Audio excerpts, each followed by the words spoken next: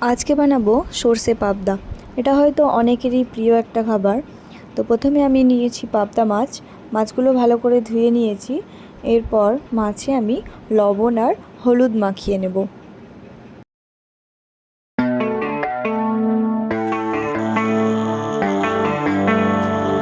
আর একদিকে আমি সর্ষে আর পোস্ত বেটে নিয়েছি আর কাঁচা লঙ্কা কুচি করে দিয়েছি।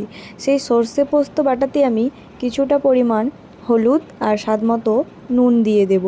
এবার কড়াইতে তেল গরম করতে দিয়েছি। এরপর একে একে সব মাছগুলো ভালো করে ভেজে নেব অল্প আঁচ দিয়ে।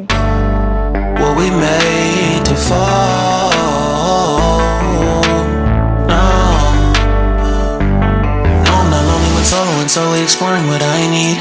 Cause dozens of times I swear that I knew, and the wisdom was scanty. Doesn't mean I was broken, so open, I gave in till empty. Got it all back by myself, now nobody can tempt me.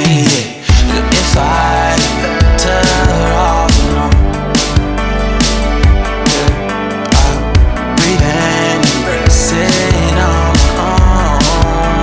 সব মাছগুলো ভাজা হয়ে গেলে সেই তেলে আমি সর্ষে পোস্ত বাটা লঙ্কা কুচিটা দিয়ে কিছুক্ষণ নেড়ে নেব। তারপর জল দিয়ে দেব। যেহেতু সর্ষে পোস্ত বেশিক্ষণ ভাজলে তার স্বাদটা চলে যায়, তো আমি ভাজবো না। কিছুক্ষণ সময়ই তেলের ওপর দিয়ে অল্প জল দিয়ে ফুটিয়ে নেব। এবার যখন ফুটতে শুরু করেছে তখন আমি মাছগুলো দিয়ে দেব।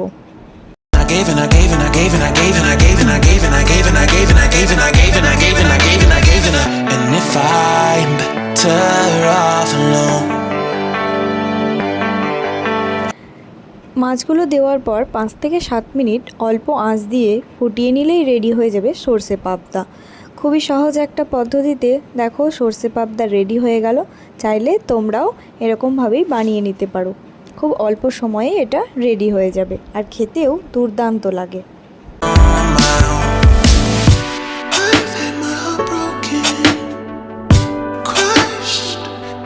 Survived it, refresh love, I've been reminded.